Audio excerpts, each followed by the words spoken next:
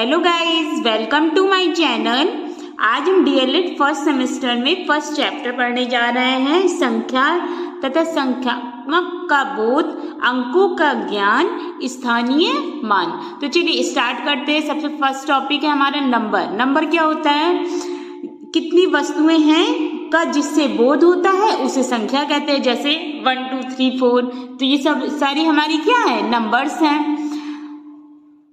संख्यांक, संख्याओं को जिन संकेतों द्वारा व्यक्त करते हैं उनको संख्यांक कहते हैं। संख्यांक का अर्थ होता है संख्या को लिखने में प्रयुक्त अंक।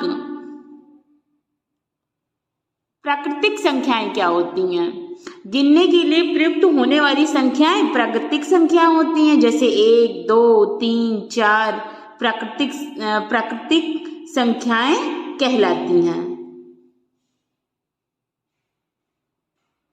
0 हमारा प्राकृतिक संख्या नहीं होता है। और सबसे छोटी प्राकृतिक संख्या क्या होती है हमारी? 1।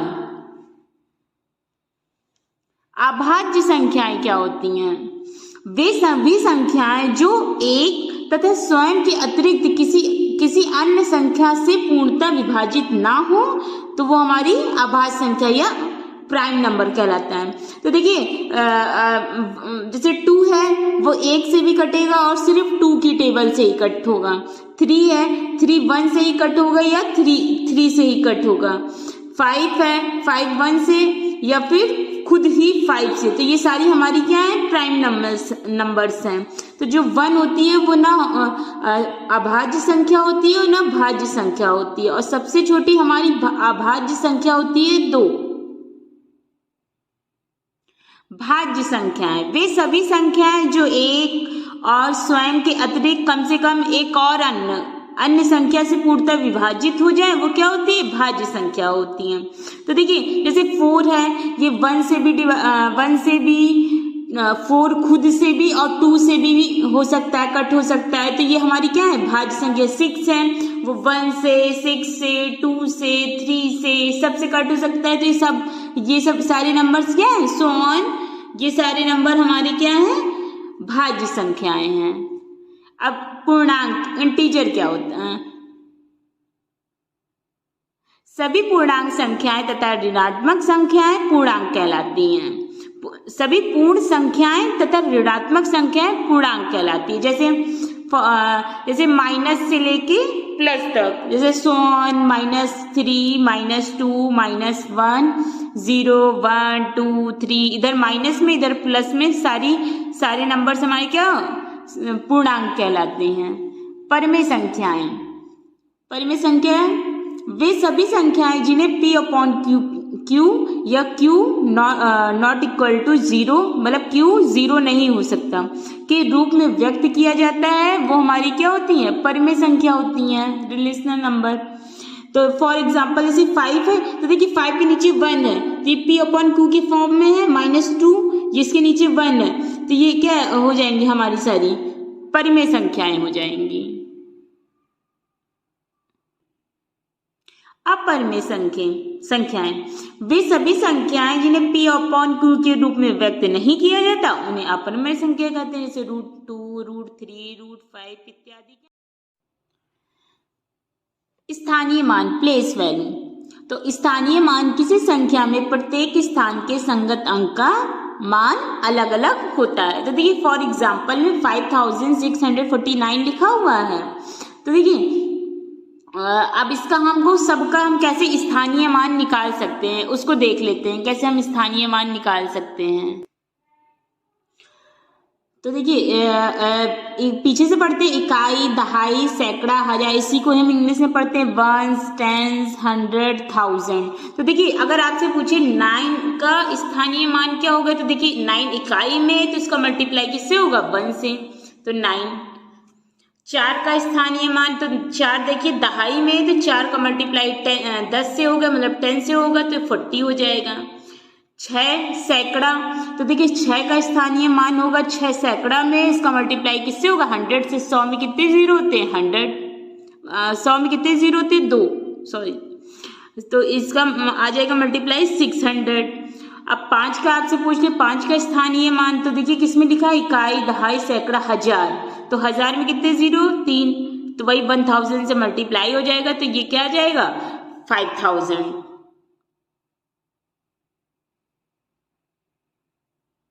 चलिए अब कुछ क्वेश्चन सॉल्व कर लेते हैं हम एक्सरसाइज के। तो यहाँ पे लिखा है 84,521 में 8 का स्थानीय मान ज्ञात कीजिए। तो देखिए अभी हमने स्थानीय मान निकालना पढ़ा है, अब इसमें 8 का मतलब 8 का स्थानीय मान पूछा गया है। तो देखिए पहले इसको पढ़ लीजिए, हमने पीछे से क्या होता है इकाई, दहाई, सैकड़ा, हजार, 10,000। तो 10,000 के प्लेस पे है, तो अगर इससे पूछा जाए तो आप लिखेंगे 8 का स्थानीय मान इक्वल टू 8 इंटू, तो 10,000 आया था तो 10,000 से मल्टीप्लाई कर दीजिए, यही क्या आ जाएगा 80,000, 80,000। हमारा सेकंड क्वेश्चन है 8,365 में 3 का स्थानीय मान ज्ञात कीजिए। तो देखिए इसको पढ़ लीजिए, इकाई, दहाई, सैकड़ा, सैकड़ा पे है 3, तो किससे मल्टीप्लाई करेंगे 100 से, तो 3 का स्थानीय मान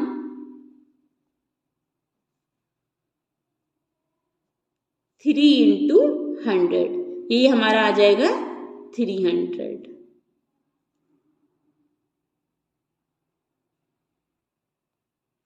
हमारा थर्ड नंबर क्वेश्चन है 30 और 40 के बीच अभाज्य संख्याएं कौन सी होंगी। तो देखिए 30 और 40 के बीच अभाज्य संख्याएं कौन सी होगी, अभी हमने पढ़ा है अभाज्य संख्याएं ऐसी संख्या होती है जो 1 से कटे या खुद से कटे, खुद के नंबर से कटे। तो सबसे पहले देख लेते हैं कि 30 से 40 के बीच कौन कौन से नंबर आते हैं। तो 30 से 40 के बीच नंबर आते हैं 31, 32, 33, 34, 35, 36, 37, 38, 39। और हमें पता है जो इवन नंबर सम संख्या होती है वो तो 2 से कट जाती है, तो ना 32 अभाज्य संख्या होगी, ना 34 होगी, ना 36 होगी, ना 38 होगी। और जिसके लास्ट में 5 होता है वो भी 5 से कट जाता है, जिसके लास्ट में 5 या 0 होता है वो भी 5 से कट जाता है, ना 35 होगी। तो आप देख लेते हैं कौन कौन सी हमारी, तो किससे कट होगा,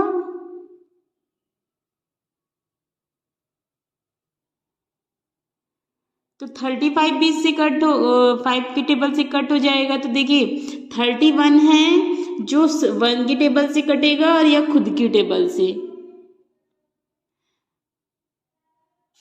और 33 3 की भी टेबल से कट हो जाएगा, तो 33 भी नहीं होगा अभाज्य संख्याएं। 37 ऐसा नंबर है जो सिर्फ 1 की टेबल से या खुद की नंबर से कटेगा, और 39 भी 3 से कट हो जाएगा, तो ये भी अभाज्य संख्याएं नहीं है। तो हमारी अभाज्य संख्याएं कौन सी हो जाएंगी, अभाज्य संख्याएं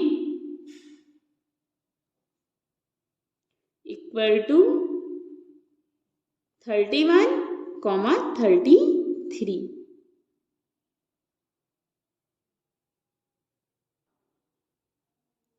अब हमसे पूछा गया 6, 7, 0, 5 से 4 अंकों की सबसे बड़ी संख्याएं बड़ी संख्या तथा सबसे छोटी संख्याएं लिखिए।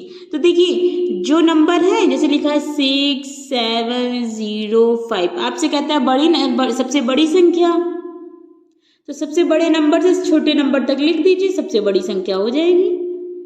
तो सबसे बड़ा नंबर कौन है 7, 6, 5, 0, तो ये हमारी क्या हो जाएगी सबसे बड़ा नंबर।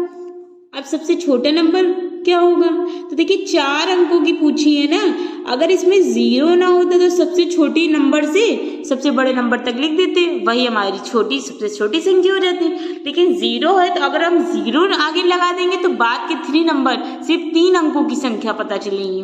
तो इसीलिए हम सबसे छोटा नंबर क्या है 5, उसके बाद 0 लगा दीजिए 6, 7, तो ये आ जाएगा 5067, यही हमारा आंसर आ जाएगा। अगले क्वेश्चन है 5 अंकों की सबसे बड़ी संख्या और सबसे छोटी संख्या ज्ञात कीजिए। जब भी आपसे 5 अंकों 4 अंकों की सबसे बड़ी संख्या ऐसे ऐसे पूछे तो आप जितनी बार जितने अंकों की संख्या पूछा गया है उतनी बार 9 लगा दीजिए, उतने 9 लिख दीजिए। तो आपसे पूछेगा 5 अंकों की सबसे बड़ी संख्या, तो 5 टाइम्स 9 लिख दीजिए, 9 9 9 9 9। और 5 अंकों की सबसे छोटी संख्या, 5 अंकों की सबसे छोटी संख्या क्या हो जाएगी? तो देखिए जितना 5 अंकों को दिया है तो 4 0 और 1 लगा दीजिए। एक 0 कम करके जितने अंकों की पूछेगा तो एक 0 कम करके 1 लिख दीजिए उसकी जगह। तो 5 अंकों की तो 4 0 लगाइए और 1 लिख दीजिए। तो यही हमारे, अभी तक अगर आपने मेरा चैनल सब्सक्राइब नहीं किया हो तो प्लीज़ सब्सक्राइब कर दीजिए और वीडियो को लाइक कर दीजिए। और कोई भी डाउट हो तो प्लीज़ कमेंट करें। Thank you.